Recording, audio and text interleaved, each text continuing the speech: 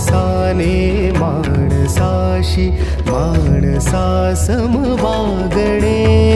हीच आमुची प्रार्थना, हेच आमुचे मागणे. माणसाने माणसाशी माणसा सम वागणे. हीच आमुची प्रार्थना.